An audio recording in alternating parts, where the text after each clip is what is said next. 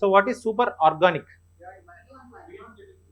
Beyond living beings, అంటే beyond physical aspects, beyond biological aspects. దానికి an example చెప్పగలరా super organic?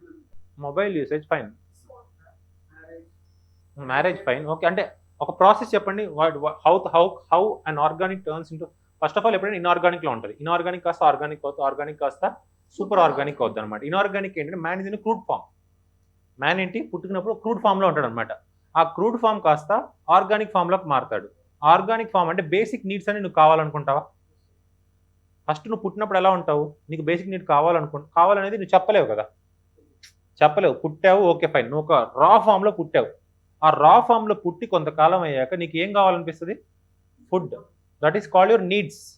What are your basic needs? Generally మనం ఆడుకున్నాం కదా, food, shelter, next clothing, water, whatever it may be. So దానికి ఆ bro, ఏ bro?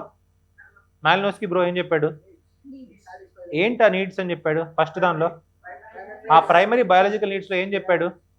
Nutrition, sex, kinship, ఇవన్నీ ఉన్నాయని చెప్పాడా? ఇవన్నీ ఏంటంటే base parts of your needs. That comes to your which part? Organic part. ఇవి సాటిస్ఫై చేయడానికి we have what? Next one, దాని నుంచి వచ్చిన డిరైవ్డ్ నీడ్స్. ఏ నీడ్స్ అవి? Derived needs. అంటే ఇవి స్టేబుల్గా ఉండాలి అంటే they should be some institutions which control all these things, right? ఇప్పుడు family as an institution, marriage అనే ఇన్స్టిట్యూషన్ ఉన్నప్పుడు, కిన్షిప్, మ్యారేజ్ అనే ఇన్స్టిట్యూషన్ ఉన్నప్పుడు ఏమవుద్ది? ఈ రీప్రొడక్షన్కి ఒక వాల్యూ ఉంటుందా? ఈ రీప్రొడక్షన్కి వాల్యూ ఉండాలి. థర్డ్ పార్ట్ ఏంది మళ్ళీ? Integrative. That is called the social cohesion.